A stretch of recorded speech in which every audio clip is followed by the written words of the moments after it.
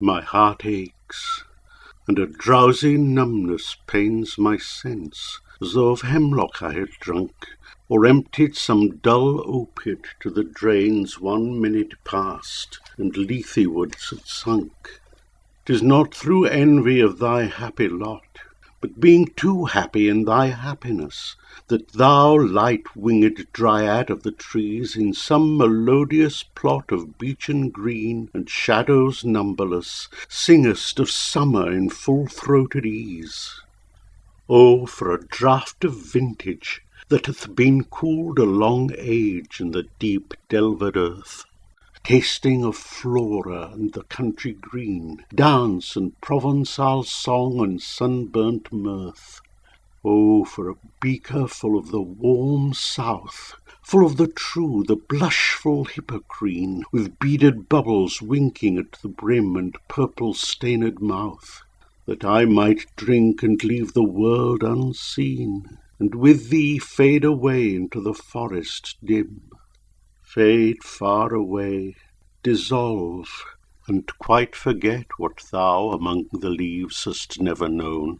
The weariness, the fever, and the fret here where men sit and hear each other groan, where palsy shakes a few sad last grey hairs, where youth grows pale and spectre-thin and dies, where but to think is to be full of sorrow and leaden-eyed despairs, where beauty cannot keep her lustrous eyes, or new love pine at them beyond tomorrow. Away, away, for I will fly to thee, not charioted by Bacchus and his pards, but on the viewless wings of poesy, though the dull brain perplexes and retards.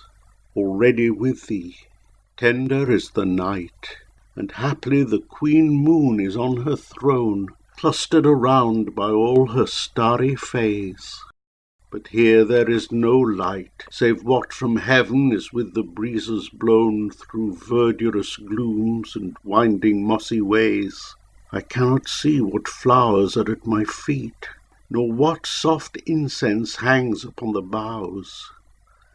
But in embalmed darkness guess each sweet wherewith the seasonable month endows the grass, the thicket, and the fruit-tree wild.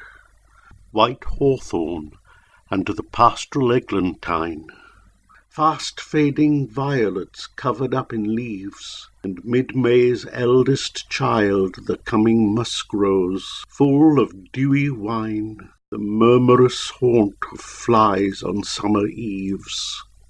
Darkling I listen, and for many a time I have been half in love with easeful death, called him soft names in many a mused rhyme, to take into the air my quiet breath. Now more than ever seems it rich to die, to cease upon the midnight with no pain, while thou art pouring forth thy soul abroad in such an ecstasy. Still wouldst thou sing, and I have ears in vain, to thy high requiem become a sod. Thou wast not born for death, immortal bird. No hungry generations tread thee down. The voice I hear this passing night was heard in ancient days by emperor and clown.